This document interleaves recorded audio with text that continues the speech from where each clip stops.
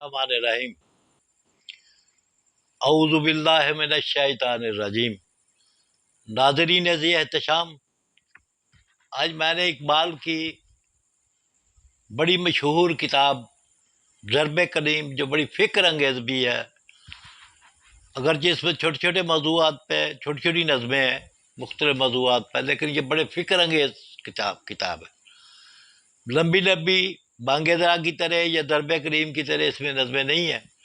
اس میں بے شمار زندگی کے مسائل کے بارے میں اقبال نے اپنی رائے دہی کی ہے، عورتوں کے بارے میں، اسلام کے بارے میں، سماج کے بارے میں، زندگی کے حوالے سے۔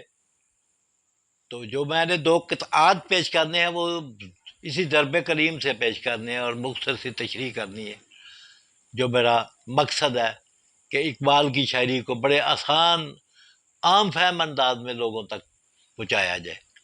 تو ناظرین ذی وقار، یہ دو قطعات ہیں اقبال کے۔ پہلے کا عنوان ہی ہے ناظرین سے۔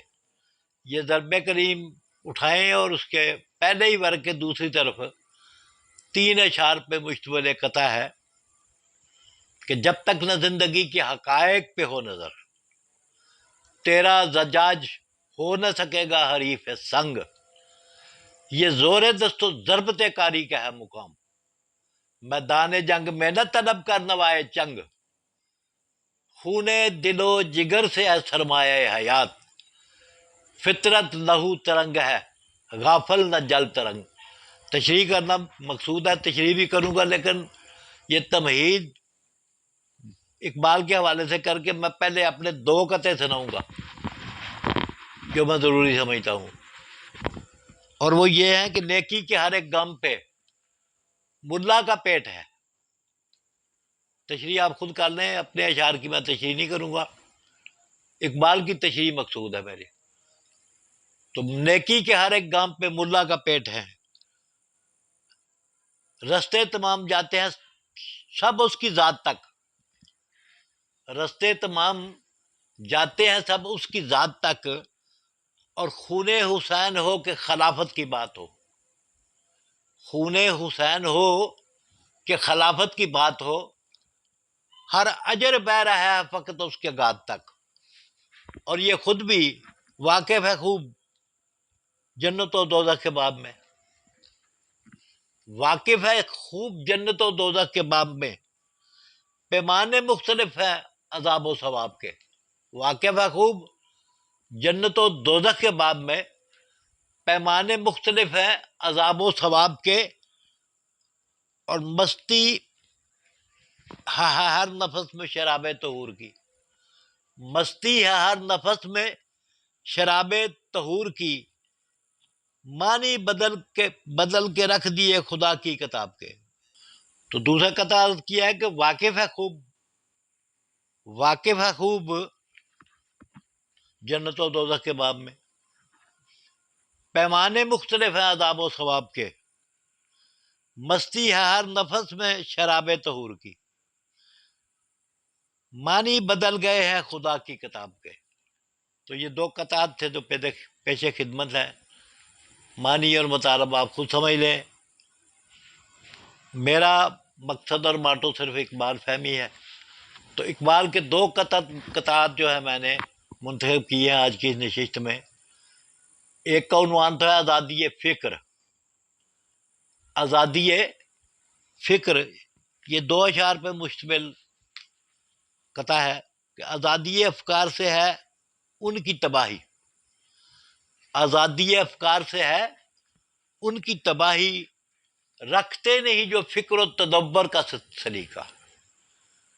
آزادی افکار سے ہے ان کی تباہی، اس کا عنوان ہی آزادی فکر ہے اس قطعے کا۔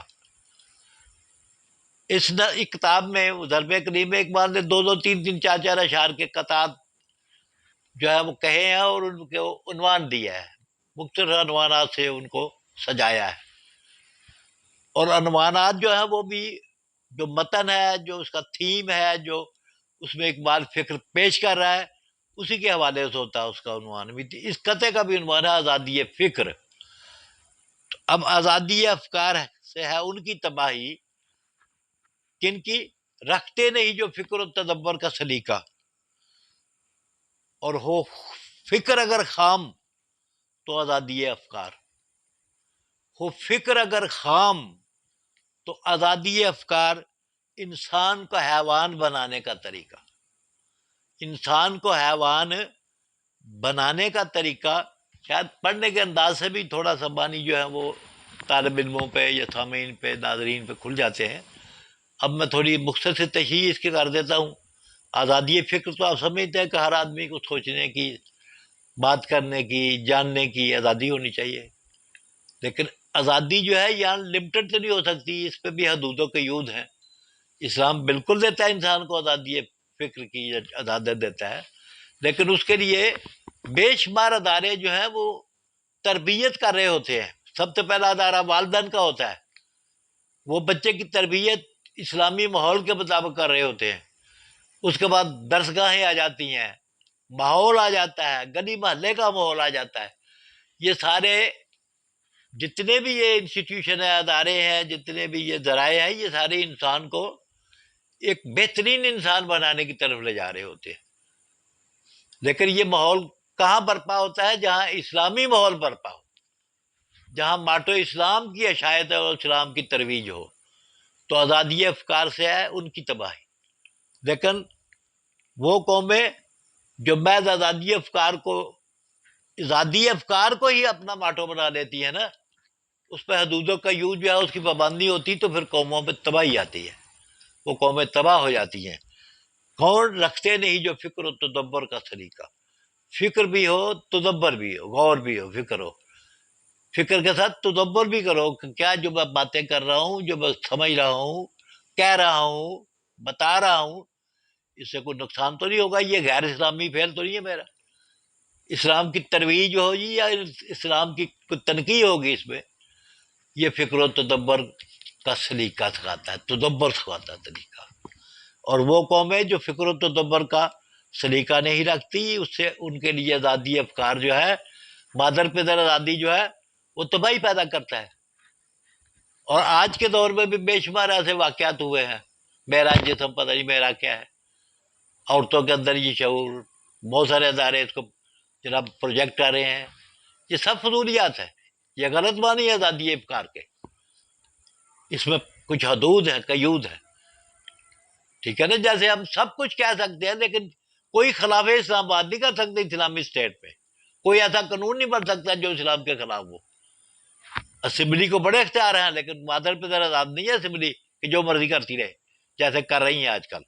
بہرحال وہ فکر اگر خام، ساتھ یہ بھی مزید تشریح اقبال کر دیتا ہے کہ اگر فکر آپ کی جو ہے پختہ نہیں ہے، خام ہے، اس میں کچی ہے، کمی ہے، تو پھر آزادی افکار کیا کرتا ہے؟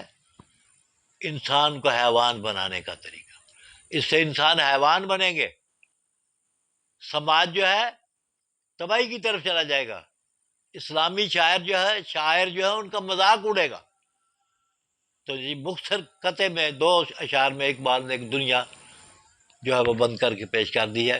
بسات بار میں نے بالکل سادہ انداز میں کوشش کی ہے، کیونکہ سادہ کہنا بھی بڑا مشکل ہے، اور خاص طور پہ اقبال کی شاعری کو بڑی فکر انگیز شاعری ہے، اس کو سادگی سے بیان کرنا بڑا مشکل ہے۔ تو کوشش کر رہا ہوں اپنی بساط پر، میں کون تھا کوئی اتنا بڑا عالم ہوں، فاضل ہوں۔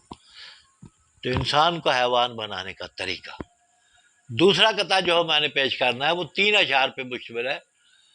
یہ ضرب کلیم کی ابتدا میں ہی پہلا ہی صفحہ جو ہے ضرب کلیم کا، اس کو پکڑے کتاب کو، پہلا صفحہ دیکھو تو اندر کی طرف ایک قطعہ ہے، یہ بڑا فکر انگیز ہے، بڑا ہی فکر انگیز ہے۔ اس کے حوالے سے میں ایک اپنی واردات جو ہے وہ بھی آپ کے شیئر کروں گا